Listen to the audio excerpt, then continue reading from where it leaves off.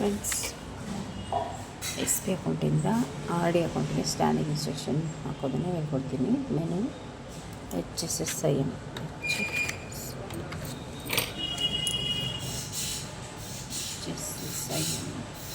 ಕೊಡಬೇಕು. ಇಲ್ಲಿ ಓಕೆ ಕೊಟ್ಟರೆ ಮೆನು ಸ್ಟಾರ್ಟ್ ಆಗುತ್ತೆ. ಇಷ್ಟು ಆದಮೇಲೆ ಆ್ಯಡ್ ಕೊಡಬೇಕು. ಆ್ಯಡ್ ಕೊಟ್ಟು ಗೋ ಕೊಡಿ. ಇಲ್ಲಿ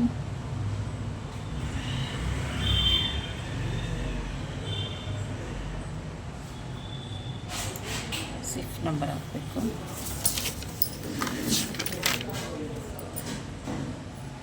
ಸಿಫ್ ನಂಬರ್ ಹಾಕಬೇಕು. 8272 ಸಿಫ್ ನಂಬರ್ ಹಾಕಿದ್ಮೇಲೆ ಹೆಸರು ಕನ್ಫರ್ಮ್ ಮಾಡಿಕೊಂಡು ಇಲ್ಲಿ ಬೆನಿಫಿಷರಿ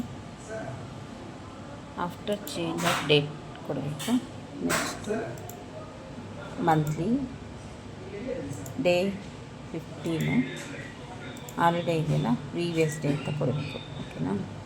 ನೆಕ್ಸ್ಟ್ ಇಲ್ಲಿ ಎಕ್ಸಿಕ್ಯೂಷನ್ ಡೇಟ್ ಅಂತಿದೆಯಲ್ಲ, ಇದು ಮುಂದಿನ ತಿಂಗಳು ಡೇಟು ಹಾಕಬೇಕು. ನೆಕ್ಸ್ಟ್ ಮಂತಿಂದ 15 ಹಾಕಬೇಕು. ಹಾಕಿ ವ್ಯಾಲಿಡೇಟ್ ಕೊಡಬೇಕು. ವ್ಯಾಲಿಡೇಟ್ ಕೊಟ್ಟಮೇಲೆ ಇನ್ಸ್ಟ್ರಕ್ಷನ್ ಡೀಟೇಲ್ಸ್ಗೆ ಹೋಗಬೇಕು. ಇನ್ಸ್ಟ್ರಕ್ಷನ್ ಡೀಟೇಲ್ಸ್ಗೆ ಹೋಗಿ ಇಲ್ಲಿ INR ಹಾಕಬೇಕು, ಇಂಡಿಯನ್ ರುಪೀಸ್ ಅಂತ ಹಾಕಿ ನೆಕ್ಸ್ಟು ಇಲ್ಲಿ SB ಅಕೌಂಟ್ ನಂಬರ್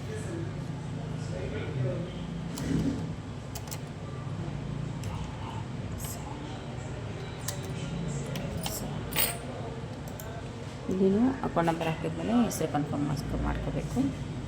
ಇದು ಡೆಬಿಟ್ ಅಕೌಂಟ್ ID. ನೆಕ್ಸ್ಟ್ ಇಲ್ಲಿ ಸೆಲೆಕ್ಷನಲ್ಲಿ ಫಿಕ್ಸ್ ಹಾಕಿ ಇಲ್ಲಿ ನಾವು ಅಮೌಂಟ್ ಎಷ್ಟು ಇರುತ್ತೋ ಅಷ್ಟನ್ನು ಹಾಕಬೇಕು. SBಯಿಂದ ಎಷ್ಟು ತೆಗಿಬೇಕು ಡೆಪಾಸಿಟ್ ಮಾಡಲಿಕ್ಕೆ ಅದನ್ನು ತೆಗಿಬೇಕು. ಹಾಕಿ ಅಷ್ಟು ಅಮೌಂಟ್ ಹಾಕಿ ನೆಕ್ಸ್ಟು ಆ್ಯಡ್ ಕೊಡಬೇಕು. ಮನೆಯಲ್ಲಿ ಆ್ಯಡ್ ಕೊಟ್ಟಮೇಲೆ ಇಲ್ಲಿ ಕ್ರೆಡಿಟ್ ಡೆಬಿಟ್ ಅಕೌಂಟ್ ID ಬರುತ್ತೆ. ಇದರ ನಂತರ ಮತ್ತೆ INR ಅಂತ ಕೊಟ್ಟು ಇಂಡಿಯನ್ ರುಪೀಸ್ ಅಂತ ಕೊಟ್ಟು ನೆಕ್ಸ್ಟು ಇಲ್ಲಿ ಕ್ರೆಡಿಟ್ ಅಕೌಂಟ್ ID ಹಾಕೋಬೇಕು. ಇಲ್ಲಿ account number credit account number ಹಾಕಿ ಅದನ್ನು ಹೆಸರು ಕನ್ಫರ್ಮ್ ಮಾಡ್ಕೋಬೇಕು. ಮಾಡ್ಕೊಂಡ್ಮೇಲೆ ಇಲ್ಲಿ ಈ ಕಡೆ ಸೆಲೆಕ್ಷನಲ್ಲಿ ಫಿಕ್ಸ್ ಅಂತ ಕೊಟ್ಟು ಅದನ್ನು SB ಅಕೌಂಟಿಂದ ಎಷ್ಟು ತೆಗಿತೀರೋ ಅಷ್ಟು ಅಮೌಂಟ್ ಹಾಕಬೇಕು. ಓಕೆನಾ. ಅದು ಹಾಕಿದ್ಮೇಲೆ ವ್ಯಾಲಿಡೇಷನ್ ಕೊಡಬೇಕು. ಇಲ್ಲಿ ಕ್ರೆಡಿಟ್ ಅಕೌಂಟ್ ನಂಬರು ಅದು ಕರೆಕ್ಟ್ ಇರಬೇಕು. ವ್ಯಾಲಿಡೇಷನ್ ಕೊಟ್ಟರೆ ಇಲ್ಲಿ ಬರುತ್ತೆ, ಕ್ರೆಡಿಟ್ ಅಕೌಂಟ್ ನಂಬರ್ ಬರುತ್ತೆ. ಅದನ್ನು ನೆಕ್ಸ್ಟು ಸಬ್ಮಿಟ್ ಕೊಡಬೇಕು. IN ನಂಬರ್ ಬರುತ್ತೆ, ನಾವು ಹಾಕ್ಕೋಬೇಕು.